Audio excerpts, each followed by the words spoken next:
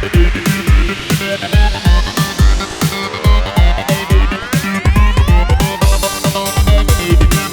does one calculate the distance between two planets in our solar system or a vacuum? See, first of all, you should understand that the vacuum state means there is no flow of air, or there is no atmospheric system that we observe as in Earth. Earth has atmospheric system, and we have flowing air and wave patterns and all those things that happens in Earth because of presence of water and other materials that we have in Earth. The air flows very smoothly, and sometimes it is very rough, sometimes it is very smooth. But this kind of airflow is not possible in other planets. That is what this vacuum is doing, and it has nothing to do with calculating distance between things and other things.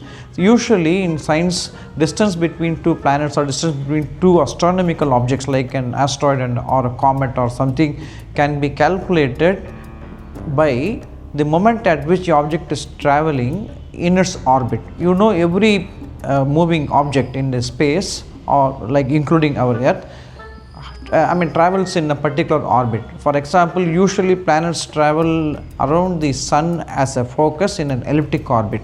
So it just like an oval shape. So it travels in an oval shape, and we say that the complete revolution of the Earth to make one complete revolution around the sun in its elliptic orbit, it takes approximately 365.25 days, and that is how we measure the time period of an year as 365 days and a quarter of a day. So 365.25 days is the measure of an year in Earth.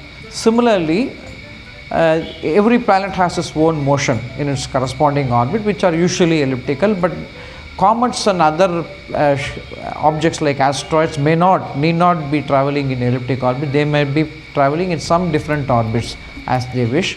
So the point is, if you know where the planets or objects are moving at a given point of time from the Earth at that time, you know where is Earth at given point of time in a year, and if you know which planet that we want to measure the distance it at its orbit at a given point of time, it is certainly possible for us to measure the distance between those two objects. So the knowledge of the orbits where the planets or something what we want to know the distance is traveling is very important here, and for doing this, calculus helps us very much. So calculus is the best tool to compute such things.